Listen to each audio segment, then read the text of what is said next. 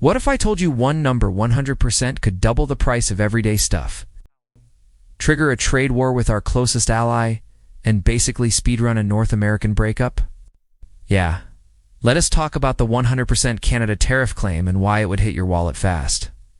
Okay, deep breath, because the internet is screaming that a Trump 100% tariff on Canada just broke North America and collapsed a multi-trillion-dollar trade system. Now, I'm not here to do panic content. I'm here to do what does this actually mean content. Because whether it's a real policy, a campaign threat, or a headline that's doing cardio for clicks, the economics are the same. Tariffs change prices, supply chains, and jobs quickly. So today, we re-breaking this down in plain English. What a 100% tariff actually is, who pays it, what happens to the US, Canada, Mexico trade ecosystem, and what you can do too. Protect yourself if trade drama turns into real-life price hikes. What a 100% tariff on Canada actually means. Let's start with the basics. Because the word tariff makes people SIs glaze over like it's a DMV form. A tariff is a tax on imported goods. So if something is coming from Canada into the US, a 100% tariff means the importer pays an extra tax equal to the value of the item. So if a US company imports a Canadian product worth $100, 100% tariff means they owe another $100 at the border. That's not a vibe. It's a financial body slam. And here's the part that people constantly misunderstand. Number 1. Tariffs are paid by the importer, usually a US business right, when the goods enter the country. Number 2. Businesses typically pass a lot of that cost to consumers. That's you. That's me. It's your friend who already says groceries are a scam. Now, can companies eat the cost? Sometimes briefly, but if the tariff is huge and the margins are tight, they either raise prices, cut costs, or stop importing. And each of those has consequences.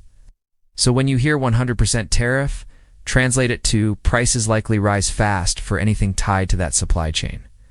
Companies scramble to reroute sourcing the other country, retaliates markets, hate uncertainty, and start acting weird.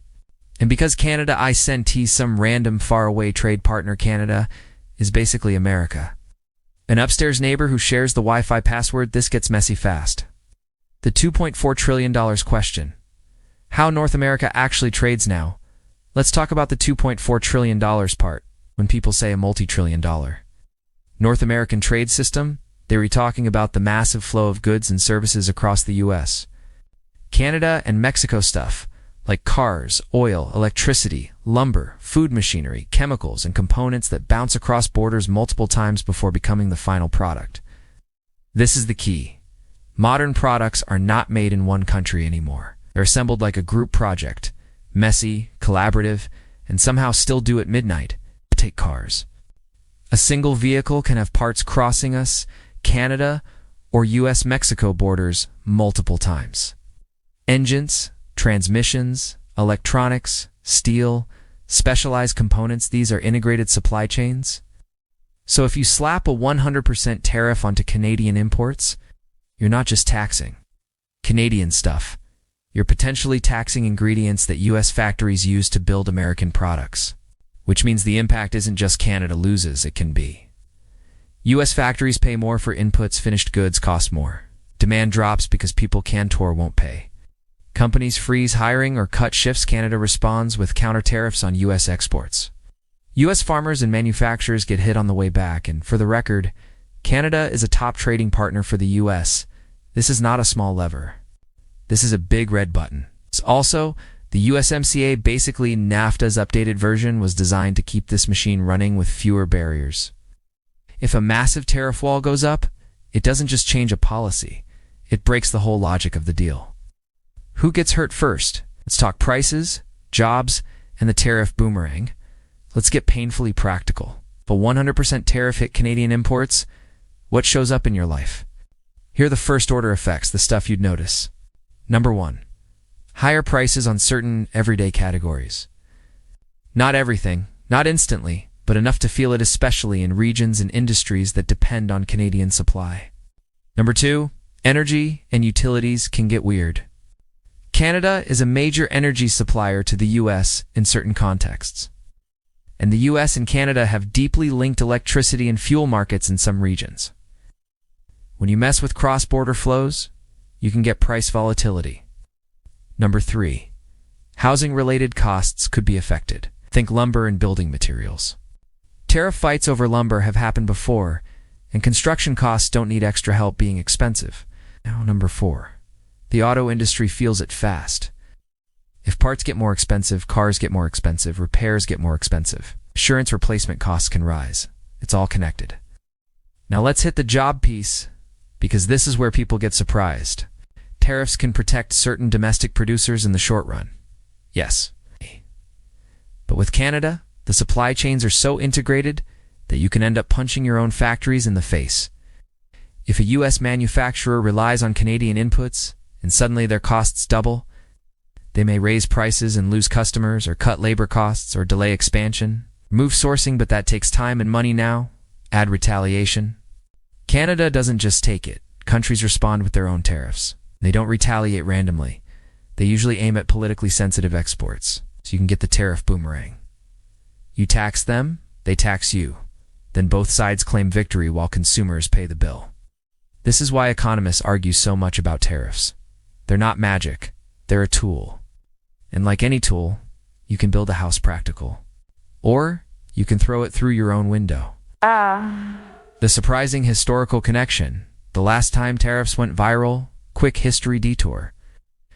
Because it's genuinely relevant and kind of wild. In 1930, the U.S. passed the Smoot-Hawley Tariff Act. The idea was to protect American jobs and businesses by making imports more expensive. Other countries retaliated. Global trade contracted. And while it wasn't the only cause of the Great Depression, it's widely remembered as a policy that made a bad situation worse by turning economic stress into international economic warfare. Now, I'm not saying a modern tariff automatically equals 1930. The world is different. Central banks are different. Trade systems are different. But here's the connection that should make your eyebrows raise. When tariffs jump from targeted policy to headline identity, politics can push them bigger and faster than the economy can adapt. And North America is more intertwined today than most people realize. The Assembled in America story often includes Canadian energy, Canadian metals, Canadian components, and cross-border logistics that are optimized down to the minute. Now, when you hear 100% tariff, that's not a normal adjustment. That's a shock. So does the whole $2.4 trillion trade system collapse? What actually happens next now? Let's address the dramatic part. The trade deal collapses. In real life, big trade systems usually don't vanish overnight. They fray. Here's what collapse often looks like in the real world. Number 1, uncertainty. Companies delay investment. Projects get paused. Hiring slows. Nobody wants to build a factory around rules that might flip next quarter. Number 2, legal and diplomatic fights. Trade agreements often have dispute mechanisms. Countries challenge each other, negotiate carve-outs, and threaten countermeasures. Number 3, carve-outs and exceptions. Even aggressive tariff policies often end up with exceptions because certain industries scream. If you do this, the entire supply chain dies. Number 4, rerouting and reshoring slowly. Some production can move, some can't. Some moves to the US, some to other countries, and some just gets more expensive. Number 5, retaliation and escalation risk. This is where it gets spicy. One side escalates, the other escalates. And suddenly everyone is paying more for basics while politicians argue about who won.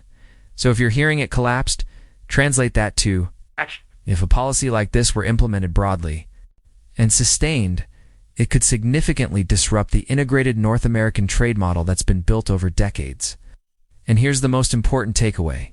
Even if you love or hate tariffs politically, the economic reality is that sudden massive tariffs are a blunt instrument in a world built on precision supply chains. All right, now that we've defined what a 100% tariff actually does, let us talk about why Canada isn't just another country in this story. Okay, so we've got the trade machine. Now let us talk about the part everyone feels first, your wallet. Before you think this is totally unprecedented, let me take you on a quick, slightly terrifying history detour. So what happens after the headline? Let's map out what collapse looks like in real life step by step. So here's the bottom line. 100% tariff on Canada, if broadly applied. Wouldn't T just be a spicy headline? It would be a major economic shock to an extremely connected North American system. Tariffs are paid at the border by importers, costs often flow to consumers. Supply chains get scrambled, and retaliation can hit U.S. exporters right back. And because the U.S., Canada, and Mexico, just trade finished products, we co-produce them, big tariffs can raise costs on American-made goods too. This isn't one weird trick to fix the economy. It's a high-stakes lever that can protect some sectors while raising prices and creating job risk in others. If this helped you understand the tariff drama without the panic, hit like because it tells the algorithm you want more. Explain it like I am not an economist videos. Subscribe for more breakdowns on money, policy, and the stuff that quietly decides whether your paycheck feels powerful or pointless. And comment below, if a major tariff wave happened, what price would you notice first? Cars, groceries, gas, or building materials? I'm reading the comments for what to cover next. Also send this to one friend who keeps reposting trade headlines with zero context. You know the one?